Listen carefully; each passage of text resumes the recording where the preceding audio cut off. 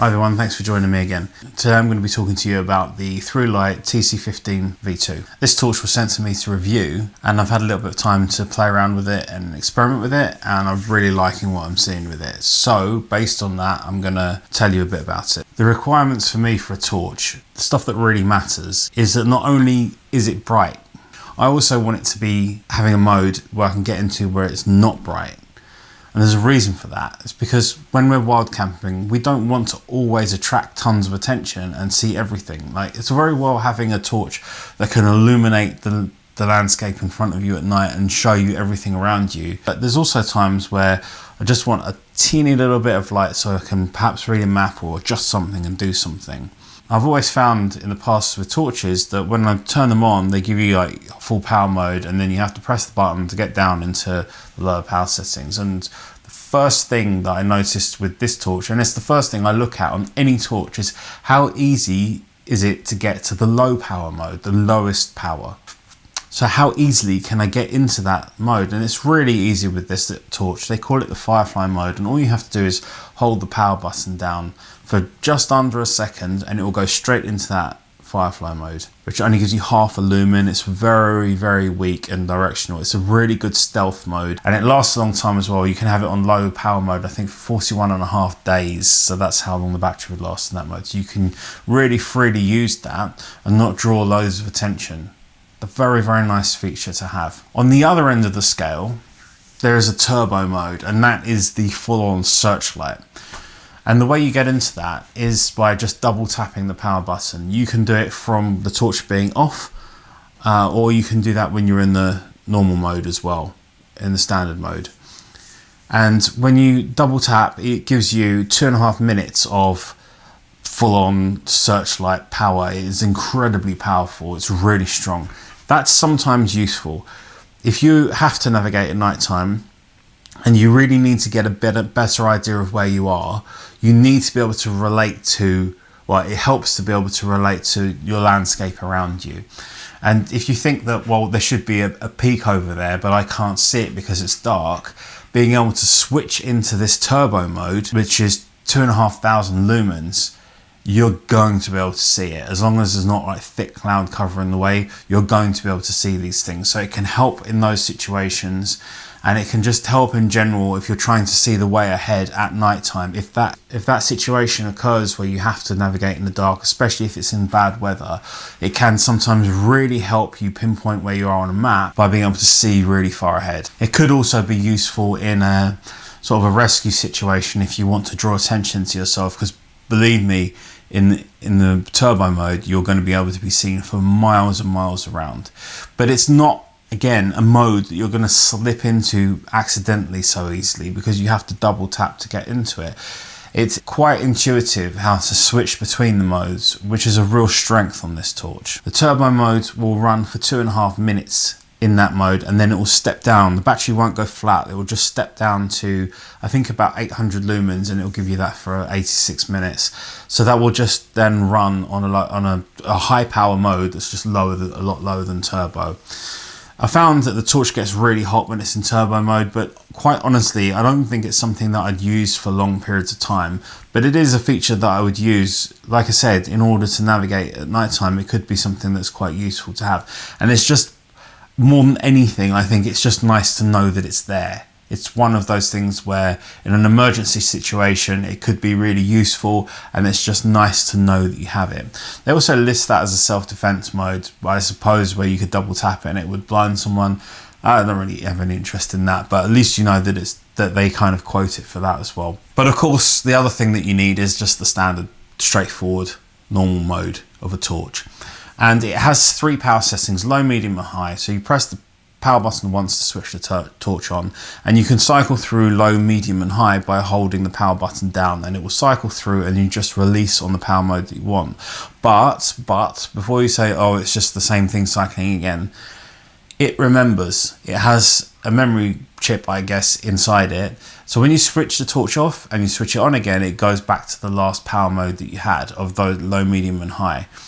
So if you select medium, which is what I think I'd probably use most of the time, it takes you straight back to medium. So it's a sort of a set it and forget it kind of thing. And from that point of view, for me, the torch is the Firefly mode, the medium power mode, and turbo mode, and it's just so easy to switch between those three. But I would mostly use the Firefly mode and the medium mode, and I guess occasionally I really just think the turbo mode for me is just nice to know that it's there, but it's more like an emergency mode. Now the torch is quite small.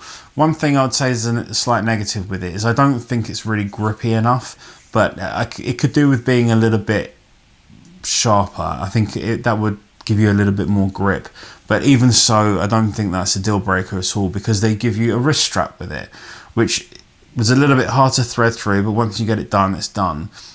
The wrist strap's useful because it allows you to just drop the torch, let it hang, and do something with your hands without having to put it away. So if you want to do something else where you're using your hands, you can do that quite easily. But it also means that if you drop it, then it's not going to get broken so easily, and it's just secured to you. Especially in bad weather conditions, I think something like a wrist strap is really kind of useful. It's worth having.